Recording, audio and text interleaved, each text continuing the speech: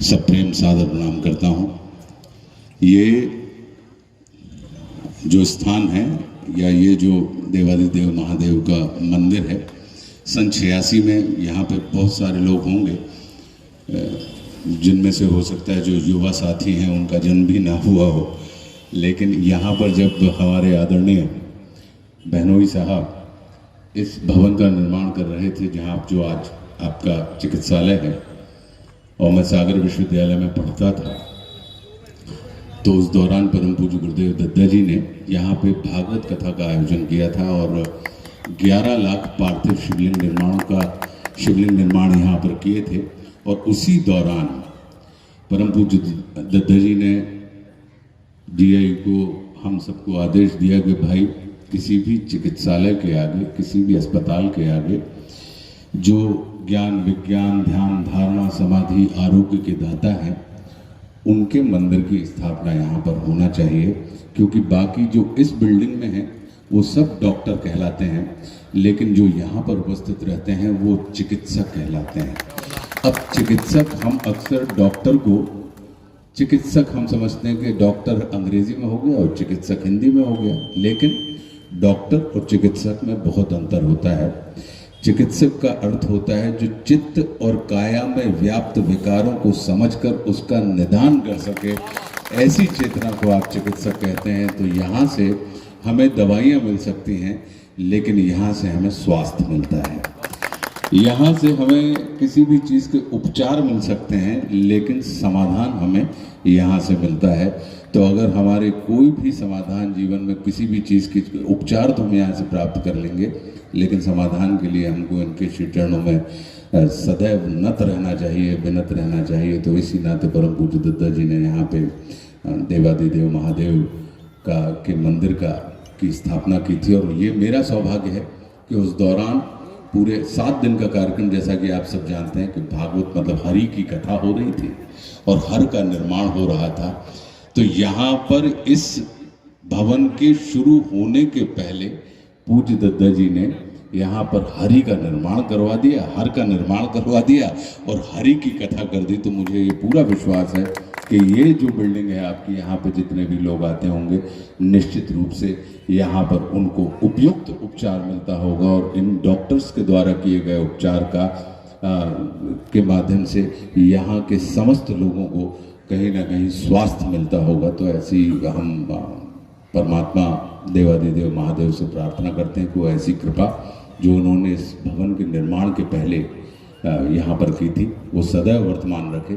और ये मेरा सौभाग्य था कि उन 7-8 दिनों में मैं लगातार यहाँ पे मौजूद रहा था। और गर्मी के दिन थे।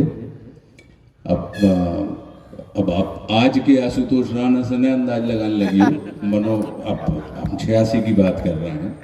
तो जो छत है ए पे हम रात में सोते थे, तो कैसे तक कछु ऐसी व्यवस्था ही नहीं थी कि अपन कहाँ रोके हैं कैसे हो, और कछु ऐसी अपनी व्यवस्था की जरूरत भी नहीं थी। जहाँ मिली दो तहीं रहे सो वाली बात, वैसी वाली स्थिति अपनी भी थी। तो जई के छत के ऊपर रात में कैसे अच्छी मतलब कमाल की गर्मी पड़त थी। अब गर्मी पड़ी तो जबरन धन जाओ आप कोठरिया में, जैसे अच्छा है कि भैया आसमान के नीचे और 6 सुबह उठना ही है। तो आप छत पे अगर सो तो ज़्यादा देर आप सो नहीं सको। जो दद्दा जी भी चाहते कि बेटा तुम्हें तो सोवे नहीं आए, इतने पे तुम शिव के लाने आए हो। तो ऐसी वाली स्थिति थी। तो इस पूरी बिल्डिंग के साथ या इस पूरे प्रांगण के साथ हमारा काफ़ी करीब का संबंध रहा है। मैं आज गणतंत्र दिवस भी है, तो मैं परम पूज्य परमात्मा देवादिदेव महादेव से प्रार्थना करता हूँ, क्योंकि जो गणपति हैं, गणपति जो इन्हीं के पुत्र हैं और जो हमारे द्वारा जो हम जिस तंत्र के आदि हैं वह गणतंत्र कहलाता है। तो जो गणतंत्र के जो अधिपति हैं गणपति हैं और वो जो इनके पुत्र हैं, तो हम और आप सब कहीं ना कहीं जो एक चीज़ कही जाती है कि चीन के जन, रूस की गन और अमेरिका के धन से बड़ा है भारत का मन। तो ऐसी वाली स्थिति के हम देश वाले लोग हैं, तो हमारे ऊपर वो सदैव कृपा वर्तमान अपनी कृपा बनाए रखें, ताकि हम उनके नाम से स्थापित जो गणतंत्र है उसकी मर्यादा का अनुपालन करते हुए, और गणतंत्र में मर्यादा का बड़ा महत्व होता है कि जितना महत्व मेरा है उतना ही महत्व प्रत्येक गण का है।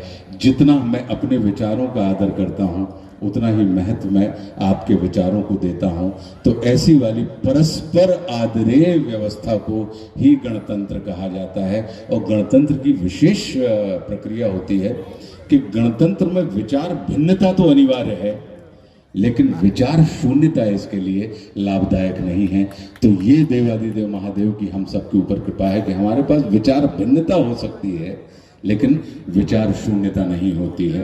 तो ऐसी हम प्रार्थना करते हैं, बधाइयाँ देते हैं कि हम और आप सब एक दूसरे के कंधे से कंधा मिलाकर अपने इस तंत्र को पूरे विश्व में बहुत ही आदरेय के रूप में स्थापित करें, ऐसी हमारी कामना है। तो आप सभी को बहुत बहुत धन्यवाद। मैं आपके जिला चिकित्सा प्रकाशन का भी धन्यवाद देता हूँ, क्योंकि कहा जाता है कि अस्पतालों के परिसर में किसी भी किस्म के साउंड नहीं लगाए जाने चाहिए, चाहे वो मतलब गाड़ी को हॉर्न हो और चाहे जो स्थान पे अपन माइक बोल रहे हैं। तो इनने बड़ी दयालुता पूर्वक, या हो सकता है कि भैया सन्य भैया को इतो दबदबा हो, या जैसे अपने पटेरिया भैया बैठे हैं, विकास भैया बैठे हैं, इनकी दहशत में उनने कह दी कि भैया लगो रहने यार रहते थोड़ी बहुत माइक की। तो हम उसकी गरिमा का भी ध्यान रखते हुए हम यहाँ पर अधिक समय नहीं लेंगे। हम सिर्फ यही कहेंगे कि परम पूज्य गुरुदेव दत्ता जी की स्मृति में यहाँ पे बरमान, जहाँ से मैं अभी आया हूँ, श्रीमद् भागवत कथा का आयोजन चल रहा है। तो आप सभी सब परिवार वहाँ पर आमंत्रित हैं कि आप आएँ, क्योंकि कहा जाता है कि कलयुग में परमात्मा के नाम के स्मरण का और उनकी कथा के श्रवण का बड़ा महत्व होता है। तो हम सिर्फ क्या कर सकते हैं, हम सिर्फ यही कर सकते हैं कि जो आयोजन हम अपने परम पूज्य गुरुदेव दत्ता जी की स्मृति में कर रहे हैं, और हमारा ये विश्वास है कि अगर किसी चमकते हुए सूर्य के प्रकाश के नीचे मैं बैठा हूँ और अगर उसी प्रकाश के नीचे आप भी बैठ गए तो मेरी तरफ आने वाली लाइट या रोशनी कम नहीं होगी। मुझे भी सूर्य उतनी ही D3 या उतनी ही रोशनी प्रदान करेगा जितनी वो आपको करेगा। तो हम बहुत आत्मीयता पूर्वक आप सबको आमंत्रित करते हैं। कल कथा का समापन है, आज छठवां दिवस है। तो यदि आपके पास समय सुविधा हो तो आएँ। 2 बजे से 5 बजे तक वहाँ पे कथा होती है, और इसी हम सुन ही रहे हैं, हमारे इष्ट मित्र सब सुन ही रहे हैं। आपके बिल्कुल ऐसे मेरे ख्याल से 35-40 मिनट की दूरी पे है, तो 30 मिनट की दूरी पे है। तो अगर न हो तो ऐसे योग संयोग बना लो, उतई आओ तो उतई पे भोजन भी करो। आप घर भोजन तो करते ही रहे, तो लेकिन जब आप किसी ऐसे आयोजन में जाते हैं तो वह भोग हो जाता है, वह प्रसाद हो जाता है। तो आप वहाँ पर आएँ और अपनी जूठन वहाँ पे गिराएं, और अगर भोजन करें तो ये और आनंद की बात होगी, क्योंकि भई तुक भई तान भई भोजन भई स्नान का मातेश्वरी नर्मदा जी होते हैं ही हैं। तो अगर न हो तो अपने उतई पे नहाओ, उतई पे अपने स्नान कर ले, उतई पे अपने भजन मतलब है उनको श्रवण कर लो, और उतई पे अपने भोजन हो गए तो हमाओं भी जीवन धन्य हो जाए और आपको भी जीवन धन्य हो जाएगा। कैसे धर्म का जो मतलब होता है, एक चीज़ होती है स्वार्थ, जिसमें आपका सिर्फ स्वयं का विकास होता है, स्वयं का कल्याण होता है। लेकिन एक चीज़ होती है परमार्थ, जिसमें आप स्व से संसार की तरफ यात्रा करते हैं कि आप संसार का अगर कल्याण हो जाता है तो आपका भी कल्याण हो जाता है। तो धर्म की जो हमारे सनातन में व्यवस्था है वो स्वार्थ आधारित नहीं होती है, वो परमार्थ आधारित होती है। तो अगर हमें निमित्त बनाकर परम पूज्य गुरुदेव ने एक ऐसी मतलब जो विश्व के गुरु हैं, विश्व गुरु कहा जाता है भगवान श्री कृष्ण को, अगर उनकी कथा का आयोजन मातेश्वरी नर्मदा के तट पर, नर्मदा जी के बारे में चूंकि ये कहा जाता है कि आप संसार में कहीं भी तपस्या कर लें, लेकिन उसका फल जो होता है वो मातेश्वरी नर्मदा के तट पर ही मिलता है। तो इसलिए हमारे शास्त्रों में ये बात कही गई है कि नर्मदा के कंकण, प्रत्येक कंकण जो है वो शंकर के रूप में स्थापित होता है। क्यों? क्योंकि वो कर्मदायी नहीं, वो फलदायी मातेश्वरी हैं। तो अगर आप आते हैं तो मुझे बड़ा सुख मिलेगा। और चूंकि देवादिदेव महादेव से हम उन्हीं की स्तुति के माध्यम से आप सबके, हम सबके कल्याण की कामना के साथ मैं उन्हीं से एक मंत्रोक्त निवेदन कर रहा हूँ कि जटाओं में है जिनके जल प्रवाह, मात गंग का गले में जिनके सच रहा है हार विश्व जंग का, डमट डमट डमट डमरू कह रहा शिव शिवम, तरल अनल गगन पवन धरा धरा शिव शिवम। वे नंदनी के वंदनी नंदनी स्वरूप है, वे तीन लोक के पिता स्वरूप एक रूप है, कृपालु ऐसे है कि चित्त जप रहा शिव शिवम, तरल अनल गगन पवन धरा धरा शिव शिवम। विशेष है अशेष है प्रशेष है विशेष है, जो उनको जैसा धार ले वे उसके जैसा भेष है। अपने तक कही जाता ना कैसे कि महादेव शिव को अगर आप वट के नीचे बना दो, देवादिदेव महादेव शिव को जो बनाता है वो उसके नाम को प्रसिद्ध कर देते हैं, और जहां पे बनते हैं वो उस स्थान को प्रसिद्ध कर देते हैं, वो अपना अस्तित्व जो है वो उसके अस्तित्व में विलीन कर देते हैं। कि अगर आपने वट वृक्ष के नीचे बनाया तो लोग कहते हैं कि वो बटेश्वर महादेव है, अगर नर्मदा जी के किनारे बनाए तो उन्हें कहते हैं कि वे नर्मदेश्वर महादेव है, अगर उनको मान लीजिए कि विकास भाई ने बनाया तो उन्हें कहा कि वे विकासेश्वर है, अगर परमात्मा श्री राम ने बनाया तो वो रामेश्वर हो जाते हैं। तो मतलब जो उनको बनाए हुए उसके जैसे हो जाते हैं, जहां पे बनाए, क्योंकि उनकी बड़ी एक अद्भुत, आप देखें कि देवादिदेव महादेव का वाहन कौन है? नंदी। और मातेश्वरी अन्नपूर्णा माता पार्वती को वाहन कौन है? शेर। तो क्या नंदी और शेर जी एक दूसरे के दोस्ता हैं? हाँ भैया, एक दूसरे के आहार हैं जी, इनके बेमेल है, एक दूसरे के शत्रु हैं। उनने कही कि बड़े पुत्र हैं कार्तिकेय महाराज, उनको वाहन कौन है? और जो छोटे पुत्र हैं गणपति जी, उनके वाहन कौन है? उन्हें मूषक। तो अब जो मोर और मूषक जी का एक दूसरे के दोस्त हैं नहीं है, लेकिन आप आनंद देखें ओगड़दानी के दरबार का कि एक दूसरे के परस्पर शत्रु एक समय में एक साथ वहां पर मौजूद हैं। वो कहते हैं कि आप एक दूसरे को देख के गुर्रा सकते हो लेकिन काट नहीं सकते, खा नहीं सकते।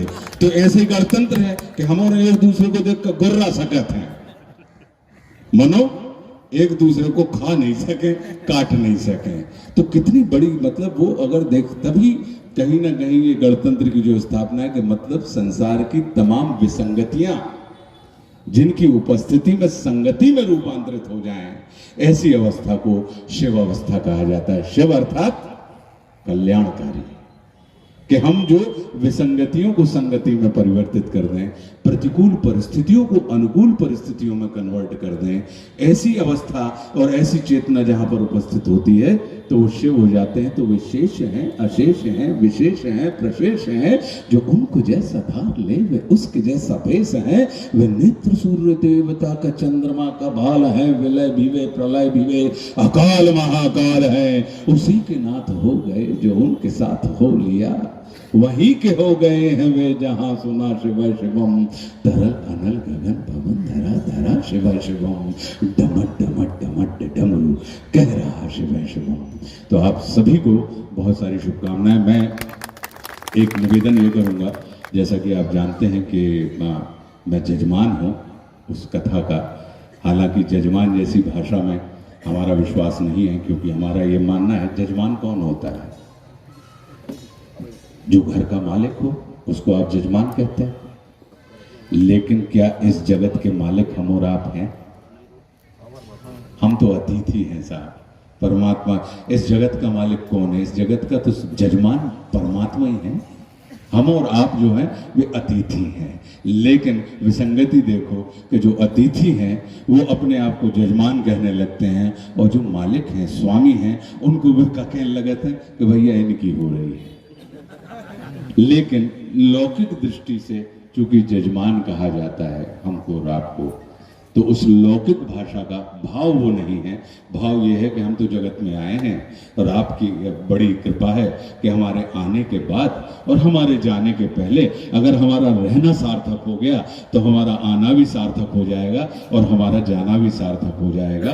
तो उस लौकिक भाषा का इस्तेमाल कर रहा हूं, चूंकि जजमान हूं इसलिए मुझे कथा में चाहे महाराज जी भलाई लेट हो जाएं 10-15 मिनट, मनो जजमान है महाराज जी के पहले उते उपस्थित रहो चाहिए, ऐसी बात कही जाए।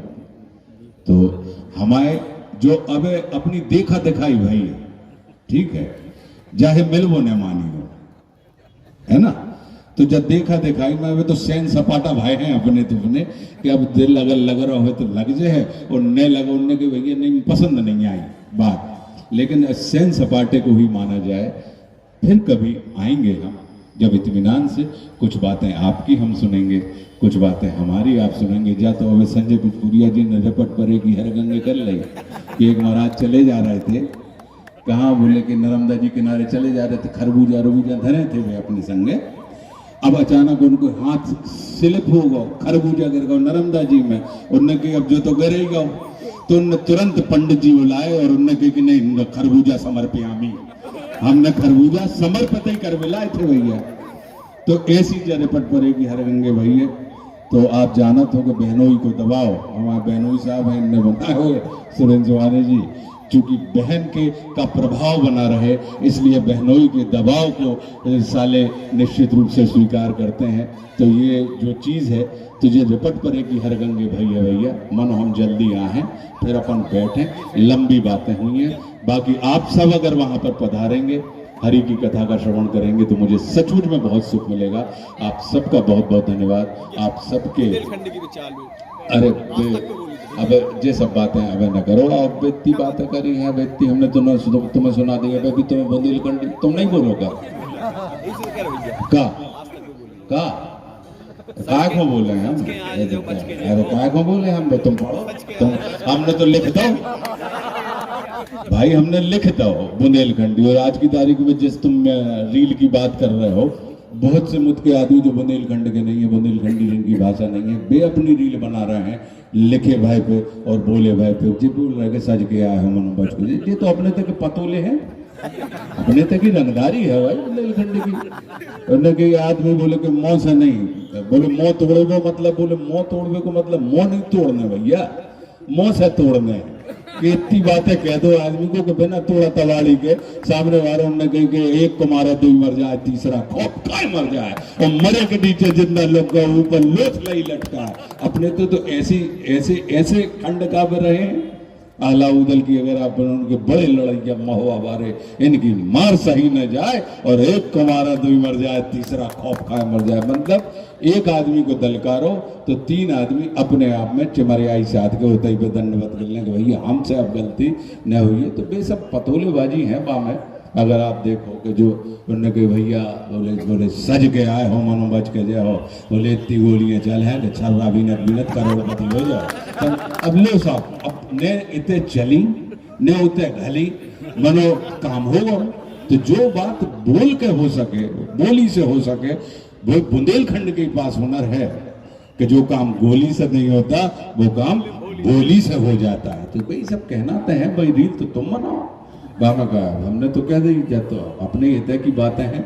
तो बहुत बहुत धन्यवाद आप सबका, और आप सबकी मुझे प्रतीक्षा रहेगी।